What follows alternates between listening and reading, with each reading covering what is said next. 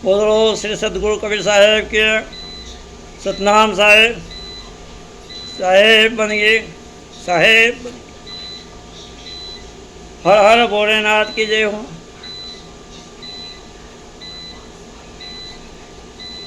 આપણે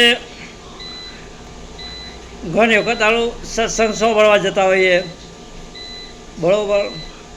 પણ એમાં કેવું થાય છે કે જીવનમાં સાંભળવા જઈએ એટલે આ તો એક વાત એવી છે કે ભાઈ જો એક રાજા હતો ને એને તો એક જે કવિતા ગાય દુઆ ગાય એવાને ઇનામ આપતો હતો. એને નક્કી કર્યું કે ભાઈ કાલે જેને ઇનામ આપું પણ એ જેનું ગાયક ગીત સારું હોય દુઆ સારા હોય તો એને ઇનામ આપવું. એટલે કે એવું નક્કી કર્યું કે મારી સોનામાં ઓળોશી રાણી સિક્કાથી જેને જે ગમાય લઈ જાય હીરા મોતીની. હું નક્કી થયું. એણે રાજની અંદર નીરો ટીપાઈ દીધો મંત્રી જોડે અને વાત થઈ ગઈ. દંડેરો ટીપણો એમાં કહેવાય ગયું કે ભાઈ જેના કાલે કોઈ કવિ રાજે છે સારું દુહો ગાશે, સારું ગાયક ગીત ગાશે, ભજન ગાશે તો એને ઇનામ આપવામાં આવશે રાજા તરફથી. અને એમાં પણ જેને જે ગમાય જે રોણી સિક્કા જોવું તો રોણી સિક્કા જે જોઈએ. આ તો ત્યાં ગાડી બધા બીજા દિવસે રાજ દરબાર ભરવાનું બધા આવી ગયા. આવી અને આમ તો બધા હું લોભી જ હોય બધા આવીને 2000 પછી બધા ચાલુ કરી એક પછી એક. એમાં એક ગઢવી હતો એનો નંબર આવી ગયો અને અમે ગઢવી ચારણ અમે ગામમાં બહુ જબડા હોય એમને જ્યારે ચાલુ કર્યું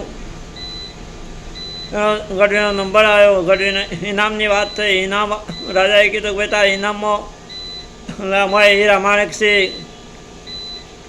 રાજની અંદર રૂમની અંદર રોણી સિક્કા પડેલા છે, જે જોઈએ એ તું લઈ જા. બોલો સોના છે ચોદી છે તાર જેટલું લેવા એટલું લઈ લે. એટલે પેલો કે સારું તાર. પછી રાજમાં કે બધા મને કોથરો આપો. એને કોથરા આપ્યા. તેને તો વળી જેવો તે પહેલાં જો રોણી સિક્કા હતા એ રૂમમાં ગયો અને તેઓ રૂમ સિપાહી ખોલીને બતાવી અંદરથી કે ભાઈ ભરી લેતા રહો. એટલે ભરવા મળ્યો એટલે ભરાઈ રહ્યા. પેલા પેલા એ કીધું કે ભાઈ બાજુની અંદર સારું અંદર બધી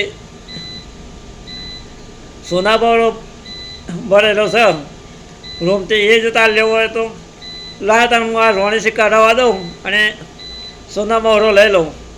લઈ હોય કોથળા ખાલી કરી નાખ્યા અને સોના બાવળો ભરવા માંડી પડ્યો.